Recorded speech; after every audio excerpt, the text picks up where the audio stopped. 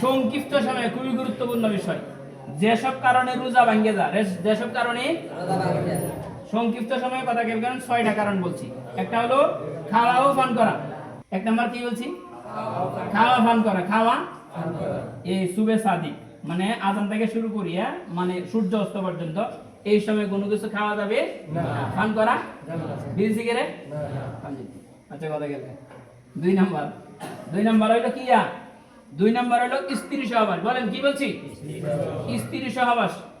রাসূল সাল্লাল্লাহু আলাইহি ওয়াসাল্লাম রোজা রাখিয়া তার স্ত্রীকে চুম্বন করতে হাদিসে আছে। কিন্তু এখন যদি চুম্বন করতে যায় কি বীর্যপাত ঘটে যায়, তাহলে চুম্বন থেকে কি করতে হবে? দূরে থাকতে হবে। বুঝেন না লাগে? বুঝছেন? আচ্ছা আসেন, এরপরে আসেন যে বিশেষ করে যে যুবক শ্রেণী যারা আছো, রোজা রাখছো, মাইয়ার লাগে কথা কইতে আসো, এক পর্যায়ে উত্তেজিত হই, তোমার কি বীর্যপাত ঘটে গেছে, তাহলে রোজা আছে না ভাঙে গেছে? মুরব্বীরা কথা আছে না গেছে গা? ভাঙে গেছে, চরম গুনাহ হইব। এই সব কাজ করেন যাইতো না। 3 নম্বর স্টেপ, অথবা এমন কোন মানে ফিল্ম দেখতেছো, সিনেমা দেখতেছো, যে ফিল্মের কারণে উত্তেজিত হয়ে তোমার বীর্যপাত ঘটে গেছে, তাহলে তুমি ইচ্ছাকৃতভাবে করলা, কিয়ামতের ময়দানে তার জবাব দেওয়া লাগবে। কথা কি বুঝেছেন? এই সমস্ত বিষয় থেকে আমরা দূরে থাকবো, এটা 2 নম্বর কারণ। ঠিক আছে? 3 নম্বর কারণ হইল ইনজেকশন। এরপরে কি? স্যালাইন। আপনি পুশ করলে কি দেব? রোজা ভাঙিয়ে দেব। বুঝেন না? রোজা রাখে অর্থাৎ যে ইনজেকশন গুলো খাবারের চাহিদা মিটায়, যে স্যালাইনটা খাবারের চাহিদা মিটায়, এমন স্যালাইন ইনজেকশন দিতে পারবেন না।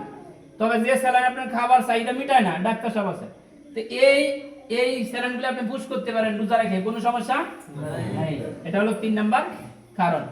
4 নাম্বার কারণ হইল যে মনে করেন সময় নাই, আপনি মনে করছেন কি সময় আছে, এই সিস্টেম আপনি খাইয়ে ফেলছেন, সূর্য মনে করেন ডুবছে না, অর্থাৎ সময় এখন হয়নি, আপনি ইফতার করে ফেলছেন, তাহলে আপনার রোজা কি দেব? ভেঙে যাব। রোজা কি দেব? ভেঙে যাব। আরেকটা কারণ হলো ইচ্ছাকৃতভাবে যদি বমি করেন, ইচ্ছাকৃতভাবে কি করেন? বমি করেন, তাহলে আপনার রোজা ভাঙিয়ে দেবে।